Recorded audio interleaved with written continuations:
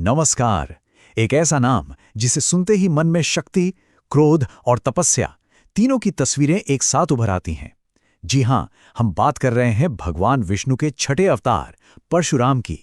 सोचिए, एक ऐसे ब्राह्मण ऋषि जिनके हाथों में फरसा हो और स्वभाव में एक योद्धा का बेमिसाल गुस्सा। लेकिन यहीं पर एक बहुत ही दिलचस्प सवाल उठता है। एक पूजनीय ऋषि जिनका काम तो ज्ञान और शांति फैलाना होता है, वो पौराणिक कथाओं के सबसे खतरनाक योद्धाओं में से एक कैसे बन गए? चलिए आज इसी पहेली को सुलझाने की कोशिश करते हैं। आज के इस चर्चा में हम जानेंगे परशुराम के योद्धा ऋषि होने के विरोधाभास को, उनके जन्म से जुड़ी भविष्यवाणी के बारे में, उनके पिता के उस भयानक आदेश को, फिर देखेंगे उनकी 21 बार की प्रतिज्ञा का सच, युगों युगों तक एक टीचर के तौर पर उनकी भूमिका, और आखिर में बात करेंगे एक अमर गुरु के रूप में उनके भविष्य की। तो सबसे पहले इसी विरोधाभास को पकड़ते हैं। आखिर ये कैसे हुआ कि विष्णु के छठे अवतार, जो जन्म से एक ब्राह्मण थे, उनके अंदर एक क्षत्रिय की ज्वाला धधकती थी? देखिए, उनका नाम ही सब कुछ बता देता है। परशुराम यानी परशु मतलब फरसे वाले राम। उनका जन्म ब्राह्मण कुल में हुआ, जहां पूजा पाठ और तपस्या ही धर्म है। लेकिन उनका मिजाज और हुनर वो एकदम किसी क्षत्रिय योद्धा जैसा था। और सच कहूं तो यही टकराव उनके किरदार को इतना फैसिनेटिंग बनाता है। और सबसे हैरानी की बात यह है कि उनका ये योद्धा वाला स्वभाव कोई इत्तेफाक नहीं था। इसकी कहानी तो उनके पैदा होने से भी पहले लिखी जा चुकी थी, और वजह बनी उनकी अपनी दादी की एक इच्छा। तो कहानी की शुरुआत होती है 2 कटोरों से, जिनमें एक पवित्र भोजन था जिसे चरु कहते हैं। ये ऋषि भृगु ने परशुराम की दादी सत्यवती और उनकी मां को दिया था बेटे के जन्म के लिए। और बस यहीं पर किस्मत ने अपना पासा फेंक दिया। एक कटोरा सत्यवती के लिए था, जिससे उन्हें एक शांत स्वभाव वाला ब्राह्मण बेटा मिलता। दूसरा उनकी मां के लिए था, जिससे एक गुस्सैल क्षत्रिय बेटे का जन्म होता। लेकिन एक छोटी सी गलती हुई और दोनों कटोरों की अदला बदली हो गई, और बस दोनों की किस्मत पलट गई। जब ऋषि भृगु को इस भूल का पता चला तो सत्यवती ने उनसे बहुत प्रार्थना की। उन्होंने कहा कि उनका बेटा तो ब्राह्मण ही रहे, भले ही उनके पोते में क्षत्रिय का स्वभाव आ जाए। ऋषि भृगु मान गए, और इस तरह परशुराम के रूप में एक ऐसे ब्राह्मण का जन्म तय हुआ जिनकी रूह में एक योद्धा बसता था। परशुराम की जिंदगी में एक और बहुत ही कह सकते हैं दिल दहला देने वाली घटना घटी। वो था उनके पिता का एक भयानक आदेश, और ये उनके लिए धर्म और कर्तव्य की सबसे बड़ी, सबसे कठिन परीक्षा थी।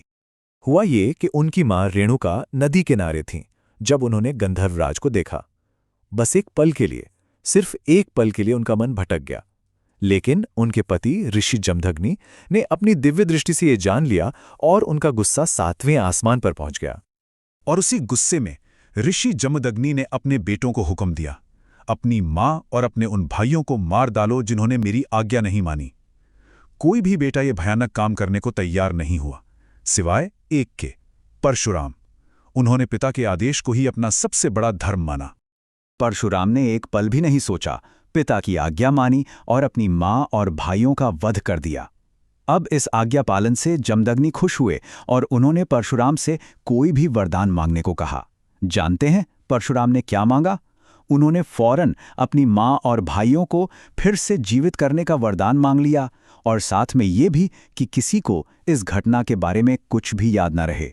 सोचिए जरा, कर्तव्य निभाने के लिए इतनी कठोरता, और फिर उसे ठीक करने के लिए उतनी ही समझदारी।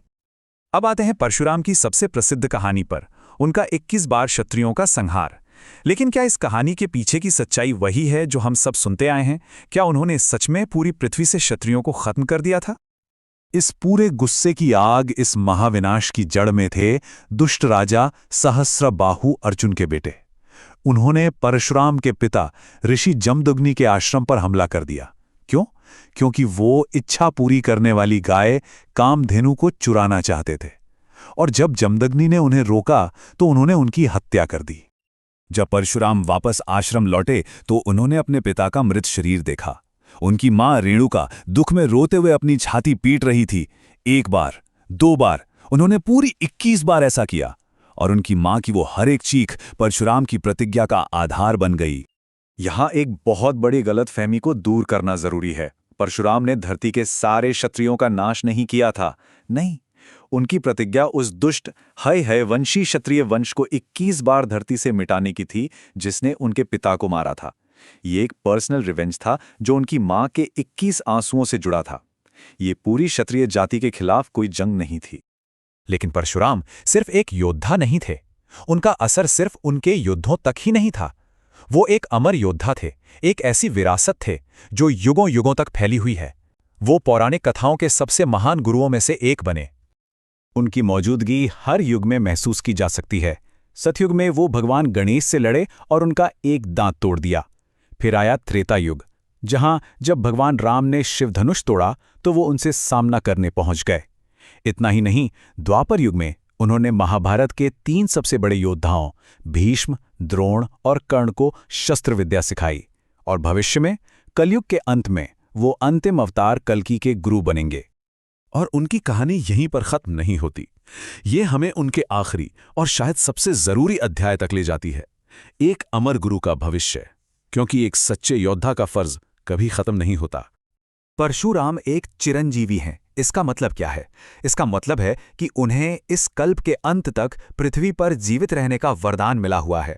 माना जाता है कि वो आज भी कहीं तपस्या में लीन हैं, अपने आखिरी काम का इंतजार कर रहे हैं।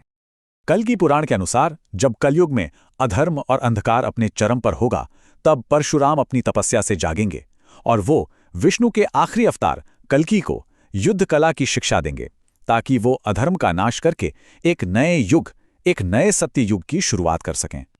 तो सोचिए, कर्तव्य से बंधे, क्रोध से बने और अनंत काल के लिए जीने वाले परशुराम की कहानी आखिर हमें सिखाती क्या है? ये हमें किसी के स्वभाव और समाज में उसकी भूमिका के बीच के टकराव के बारे में सोचने पर मजबूर करती है। ये एक ऐसा सवाल है जो उनके पूरे जीवन में गूंजता रहता है।